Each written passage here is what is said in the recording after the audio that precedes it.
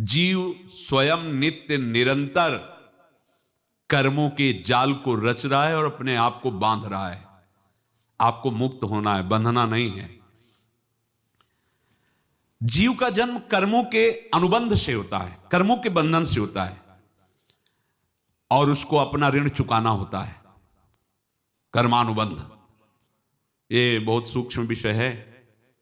जैसे आप जिस परिवार में जन्म लिए हैं तो उस परिवार के लोगों से आपका ऋण है, इसलिए उसी परिवार में आप आए हैं।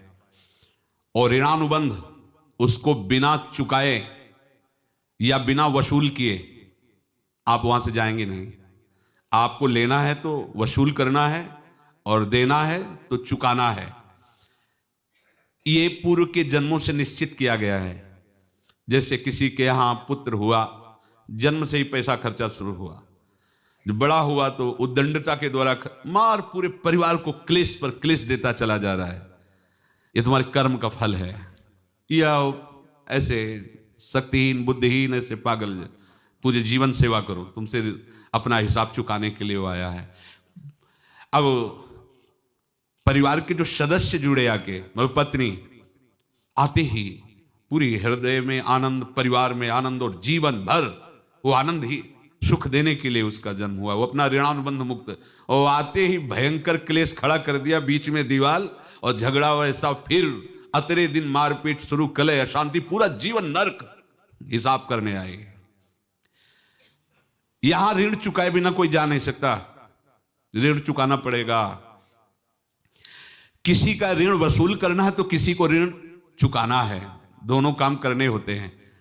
अनेक जन्मों में अनेक लोगों के साथ हमने जो बर्ताव किए हैं, अच्छे या बुरे, वो होंगे।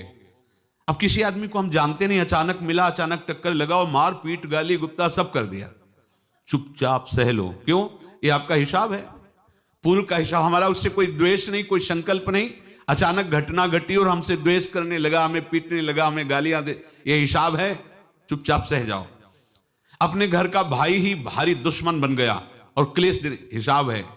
एक प्रभुदत्त ब्रह्मचारी जी की वाणी में पढ़ा था, एक महात्मा जी भ्रमण करते थे तो उस समय असरफियां चलती थी, मोहरें असरफियां, तो उनको भेंट में देते लोग। तो या तो ठाकुर सेवा में लगे तत्काल, या संत सेवा में तत्काल लगे। उसका संग्रह करके डोलना ये ठीक नहीं है, बैरागी के लिए सिद्धांत में ये ठीक नहीं है।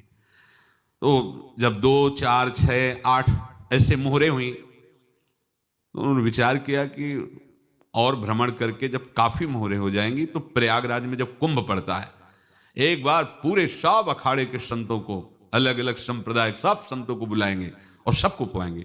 अब साधु है तो यही विचार करेगा, और क्या विचार करेगा।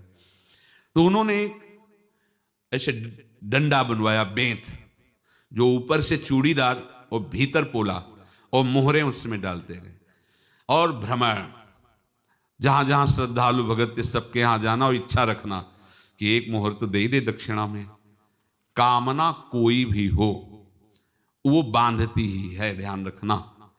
इसीलिए प्रभु जो चाहे वो करे, अपनी चाह नहीं रखनी चाहिए, अपनी चाह प्रभु की चाह में मिला देनी चाहिए। धीरे धीरे वो छड़ी भर गई।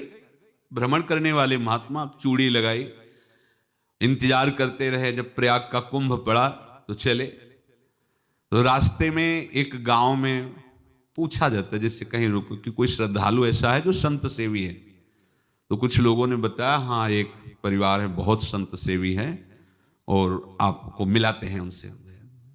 हाँ ये महाराज घर में रुका, खूब अच्छा हलवा पूड़ी पवाया, और जो घर के मालिक थे चरण दबाए। चरण दबाते दबाते उनकी दृष्टि पड़ी उस डंडे पे, इतना मोटा और ऊपर से कुछ चूड़ी सी भी नजर आ रही, इस डंडे में तो कोई रहस्य है ही।